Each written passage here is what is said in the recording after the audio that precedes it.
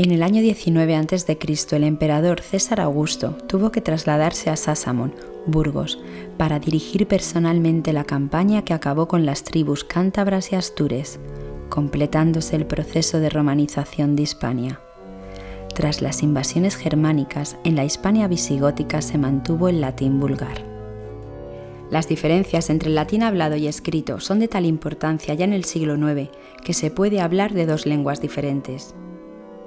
Tras la rápida capitulación de Hispania a la invasión musulmana, nuevos pobladores mozárabes que no quisieron integrarse al Al-Ándalus se desplazaron a los principales puntos de resistencia en el norte. Hablar del origen de una lengua cuando esta es la continuación de otra anterior es sencillamente imposible. No podemos cortar por ningún lugar de la historia. No podemos decir que fue en el 823 y tampoco podemos decir que fue en un lugar determinado. Esto se da en un largo periodo que va, vamos a suponer así, de una manera muy general del siglo VIII al siglo X. Los documentos del 9 y 10 y del 11 están escritos en un latín que no es exactamente el latín clásico y donde hay precisamente unos cambios en la grafía, unas palabras, por ejemplo, árabes que no existían en latín, palabras germánicas que tampoco existían en latín. Es decir, se está escribiendo en latín, pero se están mostrando usos que son los propios del romance. Y precisamente esos documentos son los que nos permiten suponer cómo se pronunciaba, cuál era la sintaxis, cuáles eran las palabras de la época. Claro, tener esos cartularios para nosotros es fundamental. Valpuesta es una villa burgalesa situada en el valle de Valdegovía, compartido por Álava y Burgos, bañado por el río Mecillo, afluente del Ebro. En el año 804, el obispo Juan fundó el monasterio de Santa María de Valpuesta. Este fue, hasta el año 1087, la primera diócesis de la zona oriental del Reino Cristiano de Asturias. En los casi 300 años del obispado valpostano florecieron numerosos monasterios. Para Ruiz de Loizaga, el escritor que mejor ha estudiado la zona, Santa María de Valpuesta fue en los primeros años de la Reconquista lo que fueron San Millán de la Cogolla para La Rioja y San Juan de la Peña para Aragón. Los primeros testimonios escritos en castellano hemos de buscarlos en el cartulario de Santa María de Valpuesta.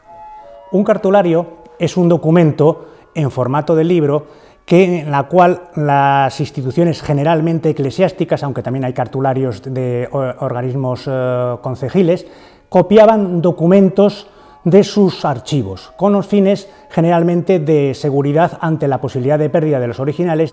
Estamos ante una fuente fundamental para el conocimiento del nacimiento del castellano en la provincia de Burgos y en el límite con la provincia de Álava, el norte de Burgos. Hay un cartulario que es el importante porque es la base, que es el gótico, y hay otro que se llama galicano. Este becerro gótico no es un libro que se manda a hacer, y esa es una de las características fundamentales de la pieza. Es, a fines del siglo XII, alguien del archivo de entonces la Colegiata de Valpuesta, ¿sí? Reunió todos los documentos en pergaminos que andaban sueltos por el archivo, y ahí entra una multitud de temas. Esto da lugar a la enorme complejidad que presenta el manuscrito. El manuscrito no hay dos cuadernos iguales, tiene 17 cuadernillos, se unen con 17 y prácticamente no hay cuadernillos. Hay cuadernos que tienen el tamaño de una octavilla y hay otros que tienen el tamaño de casi un folio, y no hay dos iguales. En este cartulero se conservan 8 documentos del siglo IX, 39 del X y 49 del XI, 90 del XII y uno del siglo XIII. La función del cartulario era tener copiados documentos de los cuales existía el original en el archivo, con una misión fundamental que era de conservación ante la posible desaparición de los originales por cualquier circunstancia. El cartulario de Valpuesta ha sido revalorizado en los últimos años, pese a que es conocido desde hace muchísimos tiempos. Ya don Ramón Menéndez Pidal, en su obra sobre los orígenes del español, hacía referencia a los documentos en él conservados, pero digamos que ha sido oscurecido en cuanto a la utilización en los orígenes de la lengua castellana por las glosas emilianenses. Y ha sido, como digo, hace unos años cuando los trabajos llevados a cabo sobre este cartulario han llamado la atención en que en él se conservan documentos que pueden retrasar en algún siglo los orígenes de la lengua castellana con respecto a los conservados en las glosas emilianenses. Ese es el principal, digamos, valor desde el punto de vista lingüístico.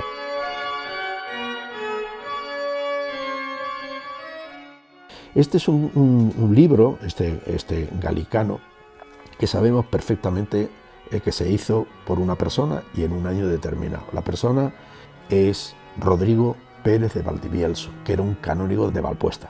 Y el año es el año 1236. ¿no? Galicano se refiere a la escritura galicana o francesa, a la escritura carolina, a una escritura que entra en Castilla en el siglo XII y es la nuestra de nuestros periódicos.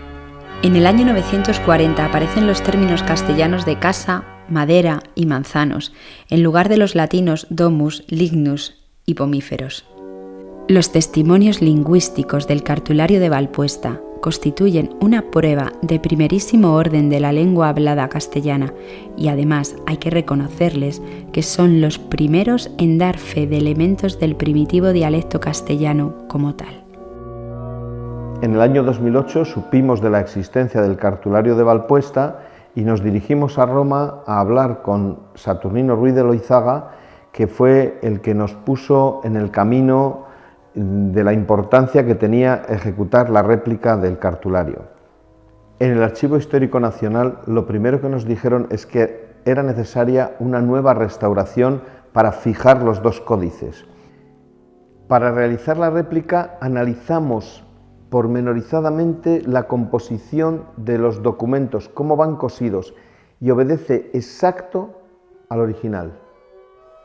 Estamos seguros de que en muchas universidades del mundo, muchísimos coleccionistas y muchísimas personas, cuando tengan esta copia en sus manos, van a sentir una emoción inmensa de saber que en estos folios de pergamino y de vitela se contienen los orígenes de una lengua hablada en breve por casi 600 millones de habitantes.